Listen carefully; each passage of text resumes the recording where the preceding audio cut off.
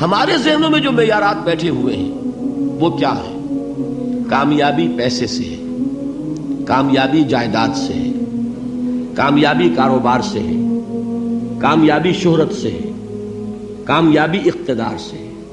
یہ معیارات ہیں. جو جتنا دولت مند اتنا کامیاب، جو جتنا مشہور اتنا کامیاب، جو جتنا پاپولر اتنا کامیاب، جو حکومت پر پہنچ گیا کامیاب، جس نے بڑا کاروبار جما لیا کامیاب، جس نے بہت جائیداد بنا لی کامیاب. یہی ہے اصل میں ساری بس کی گانٹھ. جو تصور کامیابی کا ہوگا اسی کے مطابق آپ کی بھاگ دوڑ ہوگی، اسی کے لیے جد و جہد ہوگی، اسی کے لیے توانائیاں صرف ہوں گی، اسی کے لیے دن رات کی مشقت ہوگی. یہ ہے اصل شے جس کی یہاں نفی ہو رہی ہے. کامیابی دولت سے نہیں، کامیابی شہرت سے نہیں، کامیابی اقتدار اور طاقت اور حکومت سے نہیں، بلکہ کامیابی ہے ایمان سے، عمل صالح سے، تواصی بالحق سے، تواصی بالصبر سے. آپ غور کیجئے اس نقطہ نظر کا، اس ایٹیچیوڈ کا، یہ جو مینٹل ایٹیچیوڈ ہے، اس کا بدل جانا ہی انسانی شخصیت کے اندر انقلاب برپا کرے گا. اب آپ کا نتیجہ کیا نکلا؟ اگر تو دولت سے کامیابی ہوتی تو قارون بہت کامیاب تھا، اگر حکومت سے کامیابی ہوتی تو فرعون اور نمرود بہت کامیاب تھے. کامیابی ان سے نہیں ہے. کامیابی انسان دولت میں قارون کی دولت تک پہنچ جائے اور دنیا میں دبدبہ اور اقتدار اور سلطنت اور حکومت کے اعتبار سے وہ نمرود اور فرعون کا مقام حاصل کر لے، وہ ناکام ہے، خائب ہے، خاسر ہے، برباد ہے. اور ابو ذر غفاری کامیاب ہے، چاہے ان کے پاس کچھ نہیں تھا، جھونپڑی تک نہیں تھی، کوئی گھر نہیں تھا. حضور نے فرمایا ہے اللہ کے کچھ بندے ایسے ہوتے ہیں جو کسی محفل میں جانا چاہیں تو انہیں اجازت نہ ملے، جو کہیں اگر رشتہ کرنا چاہیں کوئی ان سے رشتہ کرنے کو تیار نہ، کہیں کوئی سفارش کرنا چاہے تو ان کی کوئی بات ہی نہ سنے. لیکن اللہ کے ہاں ان کا وہ مقام ہے کہ اگر بھولے سے بھی کسی بات پر قسم کھا بیٹھتے تو اللہ ان کے قسم کی لاج رکھتا ہے. یہ ہے فرق. یہ جان لیجیے اچھی طرح. اس بات کا مان لینا آسان، اس پر سبحان اللہ کہنا آسان، لیکن اس کے مطابق آپ کے اپنے ذہن کا بدل جانا بہت مشکل. اس لیے کہ ہم متاثر ہوتے ہیں اپنے ماحول سے. وہ بڑا محل ہے، دیکھ کر ایک دفعہ جھجری آتی ہے، وہ بڑی سی 20 فٹ لمبی کار سناٹے کے ساتھ آپ کے پاس سے گزر گئی. ایک دفعہ اعصاب کے اندر ارتعاش ہوتا ہے، محسوس ہوتا ہے بڑے یہ نصیبے والے لوگ ہیں، بڑے خوش نصیب، بڑے کامیاب. حالانکہ کچھ معلوم نہیں کہ یہی سب سے بڑی بد نصیبی ہو سکتا ہے کہ یہی سب سے بڑی ناکامی ہو. اگر ذہنوں میں یہ بات بیٹھ جائے کامیابی کس شے سے. یہی وجہ دیکھیے قرآن مجید میں بارہا آپ دیکھیں اولئک ھم المفلحون، یہ ہے لوگ کامیاب ہونے والے. آج یہ آپ نے نماز میں وہ آیات سنی، یا ایھا الذین آمنوا ارکعوا واسجدوا واعبدوا ربکم وافعلوا الخیر لعلکم تفلحون.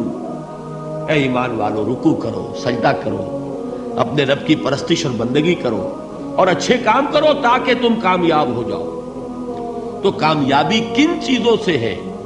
یہ ہے سب سے بڑا سبق. یہ ہمارے دل میں اگر بات بیٹھ جائے، ٹھک جائے، تو زندگی بدل جائے گی. صبح و شام بدل جائیں گے، نقشے بدل جائیں گے، بھاگ دوڑ کا رنگ بدل جائے گا، ویلیو سٹرکچر بدل جائے گا. آج وہ ایک چیز نہایت اہم نظر آ رہی ہے، کل نہایت غیر اہم نظر آئے گی. جیسے کہ حضور کی حدیث ہے مالی ولی دنیا، مجھے تمہاری اس دنیا سے کیا سروکار ہے. انما مثلی کراکب استظل تحت شجرۃ ثم راح فترکها، میری مثال تو اس سوار کی سی ہے جو تھوڑی دیر کے لیے ایک درخت کے سائے میں ٹھہرتا ہے سستانے کے لیے، پھر وہ اپنا راستہ لیتا ہے. اسے اس درخت سے مستقل تعلق اس کا نہیں ہے، وہ اس کا گھر نہیں، وہ اس کی منزل نہیں. اسی طرح یہ دنیا میرا گھر نہیں ہے. اب دیکھیے ہم کہتے ہیں انا للہ و انا الیہ راجعون، ہم تو مسافر ہیں، ہم اللہ کے پاس سے آئے، اللہ کی طرف ہمیں لوٹ جانا ہے.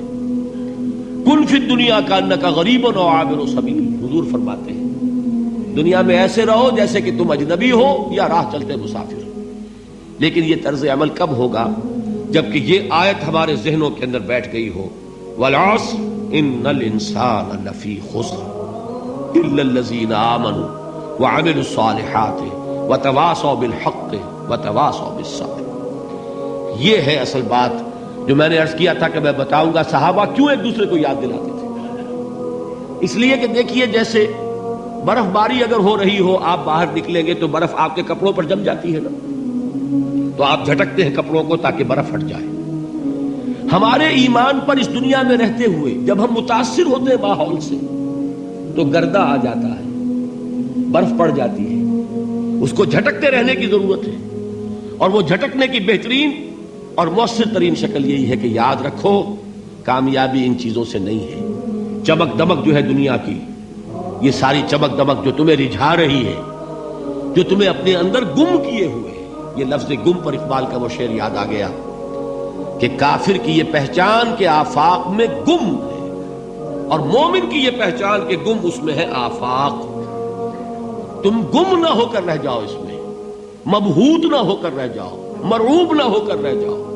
دنیا ہی کی محبت تمہارے اوپر ڈیرے نہ ڈال دے، تمہارے دلوں کے اوپر مسلط نہ ہو جائے.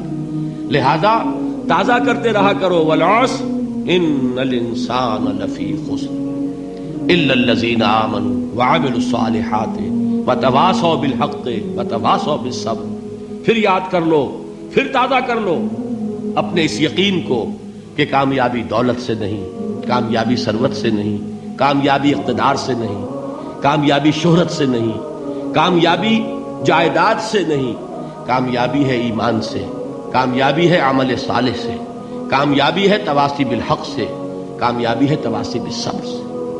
یہ چار چیزیں ہیں کہ جو کامیابی کے لوازم